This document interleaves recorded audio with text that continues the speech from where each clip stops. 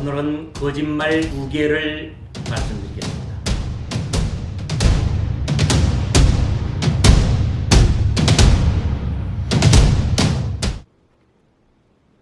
문재인 대통령은 최근 국가 채무 비율 마지노선이 40%다라는 게 무슨 근거냐라고 말했습니다.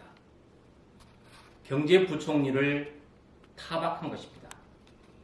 자, 이 얘기는 뒤집어서 말하자면 국가 채무 비율 40% 지킬 필요가 없다. 빚 내에서 채무 비율 높아도 상관없으니까 빚 내에서 예산 팍팍 써라. 이런 얘기입니다. 자, 현재 우리나라 GDP 대비 국가 채무 비율은 39.5%입니다. 그리고 내년에는 40.3%고 문 대통령의 임기가 끝나는 2022년에는 41.6%까지 올라갑니다. GDP 대비 국가 채무 비율이라는 것은 우리나라 살림이 외국에 빚지지 않고 얼마나 안정적으로 건전하게 돼가느냐라는 것을 말하는 것입니다. 문재인 대통령은 옛날에 국가 채무 비율 40%를 지켜야 한다고 말한 적이 있습니다. 2015년 더불어민주당 대표 때 이렇게 말했습니다. 2016년 예산안이 제출되자 박근혜 정부 때죠. 국가 채무 비율이 사상 처음으로 GDP 대비 40% 선을 넘었다. 재정 건전성을 지키는 마지노선으로 여겨왔던 40%가 깨진 것이다. 재정 건전성 회복 방안이 없는 이런 예산을 결코 받아들일 수가 없다. 라고 비판했습니다. 야당일 때는 그렇게 비판하던 사람이 자기가 대통령이 돼서는 국가 채무 비율 40% 마지노선 지키지 않아도 된다. 이런 내로남불이 어디가 있습니까? 자기가 했던 말을 자기가 전혀 지키지 않는 대통령입니다. 모든 국민들이 약속한 것 뒤집고 내가 언제 그랬어? 이렇게 해도 좋겠다는 말입니까? 그래서는 안 되는 것이죠. 문 대통령은 또 OECD 평균치가 113%다.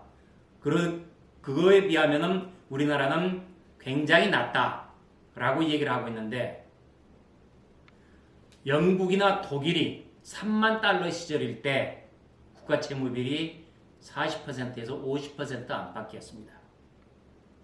지금은 훨씬 더 잘 살게 된 나라고 유럽 기축 국가들은 우리하고는 전혀 상황이 다릅니다. 대한민국은 수출로 먹고 살기 때문에 대외 신인도 굉장히 중요합니다. 만일 우리가 국가 채무가 높아지게 되면 당장 돈을 어떻게 갚아야 될 것인지 걱정을 하지 않을 수밖에 없게 되고 그래서 대외 신인도, 무역 신인도가 뚝 떨어지게 되어 있습니다. 우리나라 통화는 기축 통화가 아닙니다. 전 세계적으로 통하는 그런 통화가 아닌 것이죠. 달러, 프랑스, 옌 이런 부분들, 이런 나라들의 통화는 기축 통화여가지고 문제가 생기면은 다른 나라들에서 쉽게 빌려올 수가 있습니다. 특히 유럽 각국의 경우 문제가 생기면 즉각 옆에서 이리저리 빌립니다. 그렇기 때문에 국가 채무 비율이 그렇게 100%가 넘더라도 아무런 문제가 없고 더구나 그 나라들은 수출 주도형 국가가 아닙니다. 내수가 충분히 뒷받침되는 그런 나라들입니다. 우리나라와는 전혀 상황이 다른 것이죠. 그런데 이런 것들을 무시를 하고 OECD가 평균치가 괜찮은데 왜 우리나라만 그러느냐라고 얘기하는 것은 아주 무책임한 얘기입니다. 자, 왜 그럴까요? 대통령이. 바로 내년 선거입니다.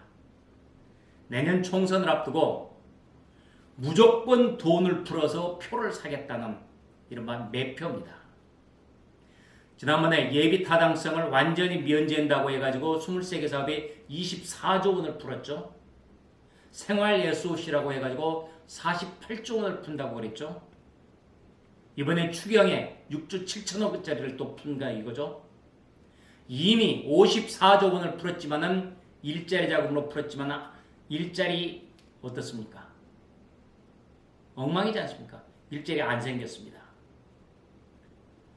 국민 세금을 물 쓰듯이 쓰고 있습니다. 만일 내 호주머니에서 나가는 내 돈이라면 그렇게 물 쓰듯 쓰겠습니까? 국민 세금 내 돈 아니니까 무조건 펑펑 쓰고 이 돈으로 내년 총선 어떤 식으로든지 표를 구하겠다라는 이 계산 때문에 정작 지켜야 될 우리 대한민국 건전성은, 재정 건전성은 전혀 생각지 않는 것입니다. 대통령이 이래서는 안 됩니다. 우리는 당장 편할지 모르지만 우리 미래 세대는 어마어마한 부채를 우리가 빚을 물려주는 것입니다. 우리 동생들, 우리 자식들 얼마나 앞으로 고통스러워야 됩니까?